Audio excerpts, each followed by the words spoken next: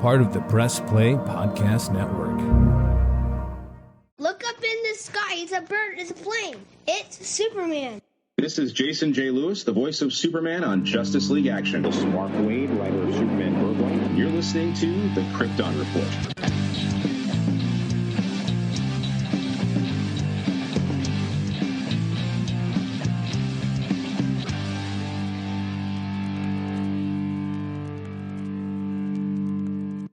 Welcome to the Krypton Report, like a solo comic book review with me, Tyler. How's it going, everybody?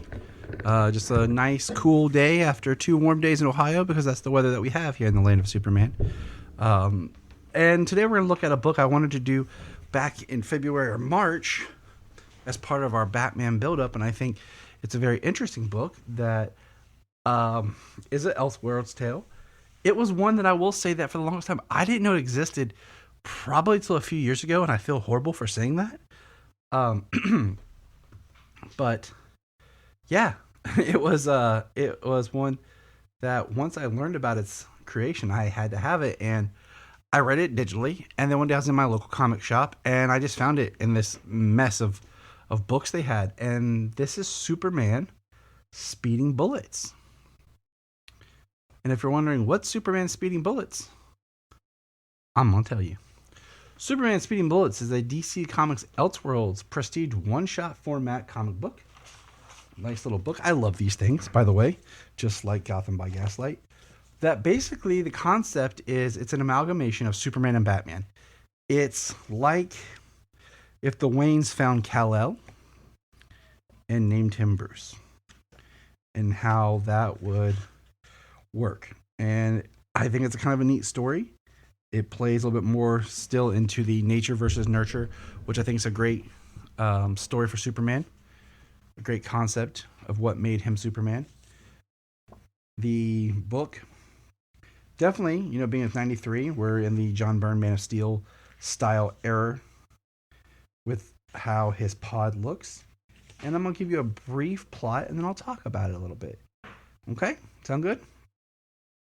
Baby Kal-El crashes. Yes.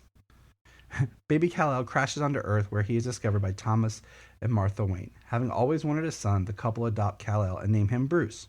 One night, Thomas and Martha are gunned down by a mugger named Joe Chill in an alleyway. Bruce burns Chill's face with his heat vision, leading to Chill being found dead the next day and discovered his powers. He is too late to save his parents. Ashamed of his failure, he represses the knowledge of his powers. Years later, as an adult, Bruce has become isolated and paranoid, hiding out in Wayne Manor. His super hearing forces him to be aware of all crimes in Gotham City, and he obsessively collects newspaper clippings of violent crimes around the world. Armed robbers break into Wayne Manor and take his butler Alfred hostage. Bruce, in a violent fury, remembers his powers and uses them to save Alfred. Alfred takes him to a cave under the manor and shows Bruce the ship which brought him to Earth, revealing his alien origins. Meanwhile, the robbers return to their employer, who kills them for their failure. Bruce creates a costume for himself as the Batman, or as Batman, however, and begins to brutally strike back at criminals in Gotham. All right. First of all, this was written by the great J.M. DeMatteis. If you're not familiar with his work, I'll give you a quick rundown, and I also recommend checking out the All-Star Superfans podcast. They recently did an interview over the past couple months with Mr. DeMatteis, as well as, it's been a year or two, I can't keep track of time. The Capes and Lunatics did an interview with my good old pal that I miss, Phil. He did an interview with J.M. DeMatteis. Let's just talk about Mr. DeMatteis for a moment. J.M. DeMatteis' early aspirations were to be a rock musician and comic book artist. He wasn't reaching for the stars, and I can highly appreciate that. He began playing in bands and starring in the 6th grade, generally at the role of a lead singer, songwriter, and rhythm guitarist. He also wrote music reviews for a number of publications. He began drawing at a young age and was accepted into the School of the Visual Arts. DeMatteis recalls, for some reason, I think it was financial, I ended up not going. Somewhere after that, while drawing skills I had begun to atrophy, he graduated from Midwood High School in Brooklyn in 1971. DeMatteis then turned from drawing to writing. He got his start in comic books at DC Comics in the late 70s. After a number of rejected submissions, his first accepted story was The Lady Killer Craves Blood, but it would not be published until years later in House of Mysteries, number 282. His first published story for the company was The Blood Boat in Weird Tales number 70 in 1978. He contributed to the company's horror comics, notably The Creature of Commands and Weird War Tales, I, Vampire. He briefly wrote the Aquaman feature in Adventure Comics. DeMatteis also, with artist Brian Boland, produced a backup story called Falling Down to Heaven and Madame Xanadu. DeMatteis had a long and eager to work with Marvel Comics, following roughly a year in which editor-in-chief Jim Shooter kept him busy with odd jobs and fill-ins. In 1980, he was made the lead writer for Marvel's The Defenders, and lengthy runs on Captain America and Marvel Teams-Ups. Pretty awesome. In the 80s, he would go on to work. He wrote a negative review of the Grateful Dead's 1980 album Go to Heaven, which was published in Rolling Stone. DeMatteis ended his career as a music critic. He explained, Grateful Dead fans are like hardcore comic book fans, and I know when I sit down to write a review that I'm just some schmuck sitting down at a typewriter with an opinion. But then it's in print in something like Rolling Stone. I got all these letters, which I saved from all these hardcore Grateful Dead fans. Wounded. I said, if I'm going to review at all, I'm not going to write negative reviews anymore. Around this time, he also surrendered his professional career as a rock musician after years of playing in New York City-based bands. Sad. Now, let's get back to DC. DeMatteis succeeded Jerry Conway as a writer on the superhero team titled Justice League of America. He then used the pen name Michael Ellis on his first issue of the series. When that title was canceled in the wake of the company's wide crossover Legends, DeMatteis stayed through its relaunch as Justice League International, scripting over the plots of Keith Giffen. In JLI, took lesser-known DC characters as Martian Manhunter, Blue Beetle, Booster Gold, Mr. Miracle, Captain Atom, and Power Girl, and turned then current preoccupations with the grim and gritty superheroes on its head. Made it more lighthearted. And the success of the Justice League International led to a spinoff in '89 titled Justice League Europe, also co-written with Giffen. The 90s. Let's see. We don't want to talk about Marvel. That's for the 616 podcast to talk about, not us.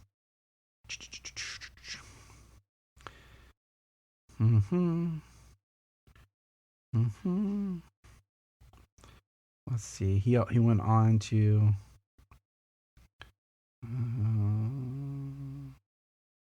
yeah, I know. In 2000, DeMatteis redefined the Spectre through the character of Hal Jordan as a spirit of redemption rather than of vengeance. DeMatteis co-scripted the Gods of Gotham storyline of Wonder Woman 164 through 166. For the formerly Justice League International, he created the formerly known as the Justice League. So it was a fun book. And the following year, DeMatteis announced that they were collaborating on a 5-issue miniseries, Stardust Kid from Image Comics. That's kind of cool. And, he continued to write more and more comics that I could go down. I'm going to try to hit some of his highlights here.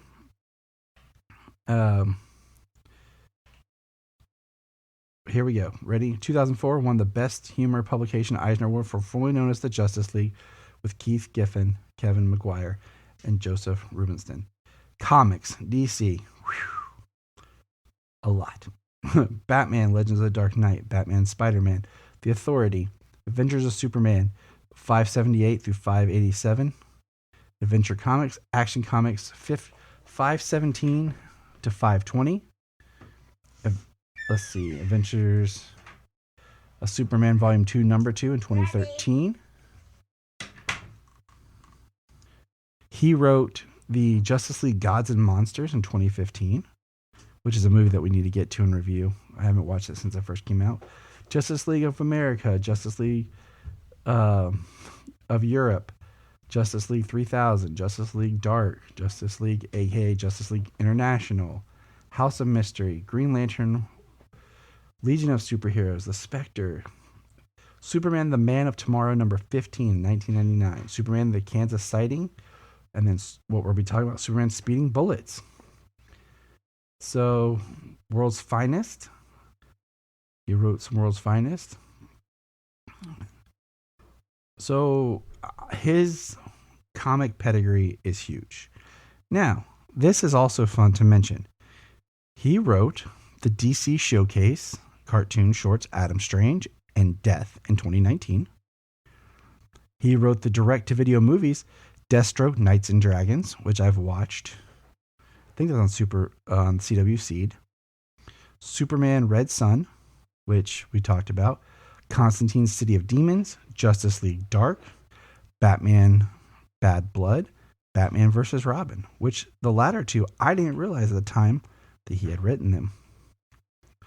For television, he's written episodes of Batman the Brave and the Bold, Be Cool Scooby-Doo, which my daughter loves, Ben 10, Earth Final Conflict, Spider-Man, the animated series, Spider-Man, Legion of Superheroes, Justice League Unlimited, The Twilight Zone, Teen Titans Go, Superboy, episodes Know Thy Enemy 1 and 2, To Be Human 1 and 2, and Into Mystery, and Thundercats.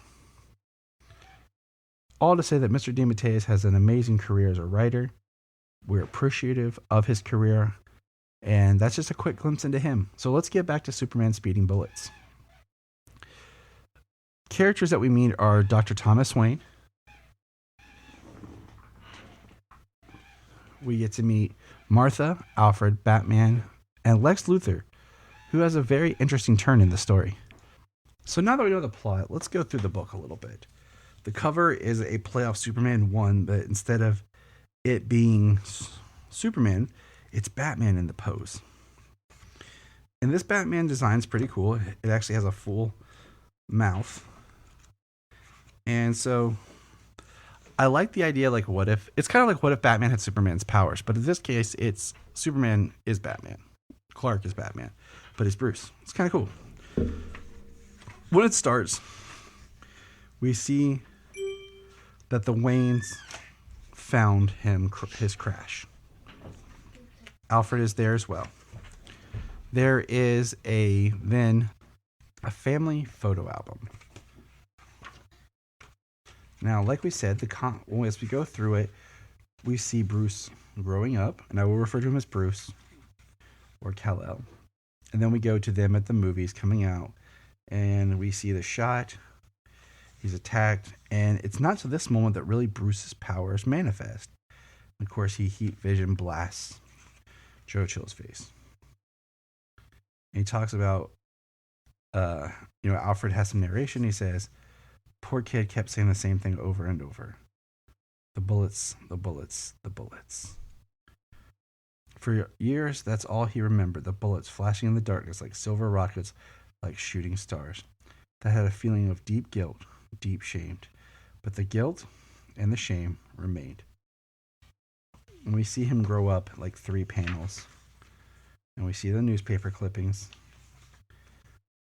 And we see how just the violence of the world gets to him. He can't handle it. He pretty much has a psychological breakdown. And we see him, when the people break in, they try to take Alfred, how he snaps. They shoot him, the bullets bounce off. The heat vision comes back. He even starts a fire. He cries, I remember. And then Alfred takes him to the basement. He sees the bats, and we get this really cool shot of him flying with the bats. Now, this is probably one part that I don't really like in the book, but I understand it, is we meet Luthor, who is an amalgam of the Joker and Lex Luthor. And I'm not a huge fan of that. I kind of like the idea of, just this is Batman's world. We don't have to bring everything from Superman's world into it, but it kind of does that. We see him now in the full bat costume on his first night out, flying and taking down paramilitary thugs. Luthor has this weird where he goes back and forth. Luthor's trying to be part of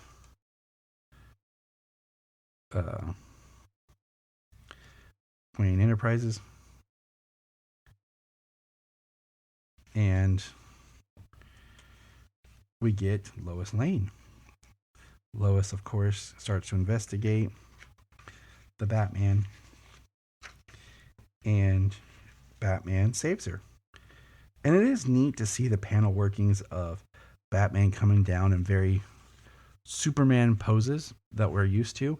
One where he's beating up thugs and he uses his heat vision as well. And we have Lois typing, and she has a thing for Bruce. And then later we see that Luthor comes in to the Daily Planet, and he's wearing he rips off his face, and he's white underneath, much like the Joker. He says, Lex Luthor is dead, jackass. He died in a flood of chemicals and flame. He suffered, he burned, and he was reborn as the Joker. And he shoots Bruce, who dresses like Clark, white shirt, blue pants, red tie, with a umbrella. And he goes flying with a helicopter attached to his back out the window, and Batman shows up. Batman fights him. He throws him. Lois says no, and he flies down and catches him. Military tanks are showing up. He fights the tanks and takes them all down. And then towards the end, and this is what's interesting. I'm looking for it here. You can rise above all that and stand. With your powers, there's so much more you can do. Instead of flexing your muscle, stooping to the level of the very people you're trying to stop, you can rise above all that, stand as an example of hope. I don't have it in me to do that. The Batman doesn't, but Bruce Wayne does. When did I realize that she's talking? Because we find out that the narrator that we thought was Alfred at the beginning, because it felt like Alfred, is actually Lois looking back and talking. And we see panels. She kisses him. They fly together. And then at the bottom, she starts saying how something as simple as shifting wind current might have carried that rocket anywhere in the world. It could have been a Zulu that found him in a fiery crater, or a Chinese peasant. Why not some fascist dictator or a Kansas farmer? Scenario after scenario unreels in my mind, and I panic in the mere thought that I might never have known him, that our troubled world may have been denied a hero, great hero. Inevitably, I laugh and push my foolish fantasies aside, secure in the knowledge that there's only one way it could have happened, only one service of events that could have given us Superman. And the last panel is a very Krypton reminiscent Superman of like the John Byrne era. And I like it, and I know that it's Superman speeding bullets, but at the same time, I kind of like the idea of him just being Batman and what that would look like as an ongoing, and him never really becoming Superman. That concept being so different. But I do think it's a great, I love Elseworlds tales. They're fun.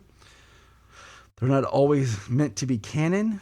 And this is one that was great as both a Batman and Superman fan. I would love someone to maybe take up this and not redo it, but do something similar with it again in a more longer format where he actually just takes on Batman villains and not amalgamized villains. I think it'd be really interesting. But what do you think, dear listener? Check us out. Let me know. And remember, Look up in the sky. we just want to say if you've enjoyed this podcast, please check out other podcasts on the Press Play Podcast Network. Hey, we're going to press pause and hear a few words from our other podcasts on Press Play Podcast Network. Hello, Brooks here with the Books with Brooks monthly book club podcast. Here's how Books with Brooks works. We read one book a month, and then we talk about it. classics like Stephen King's The Shining, debut novels like We Are the Brennans by Tracy Lang, and tons of other compelling, life-changing stories, one book and 1 month at a time. So come read along with us and then listen in. This is Dan Jurgens, and if you want to have a good time, keep listening to the Krypton Report. Remember to check out Krypton Report on all social media platforms. Go to linktree.com/Krypton Report. You find all of our information right there. And if you want to keep Krypton from exploding, join our $1 a month Patreon. That's right, for $1 a month, you'll get extra special content that you don't get on the main show, like movie commentaries and whatever else comes out of our mouths. So check it out, patreon.com/Krypton Report. If you are like Tyler and James and can't get enough Super Talk, check out these other podcasts: Digging for Kryptonite, Supergirl Radio, The Last Sons of Krypton, the Superboy Legacy Podcast, All-Star Superfans, Superman the Animated Podcast, The Aspiring Kryptonians, Always Hold On to Smallville, Caped Wonder, The Geek of Steel, and Truth, Justice, and Hope podcast.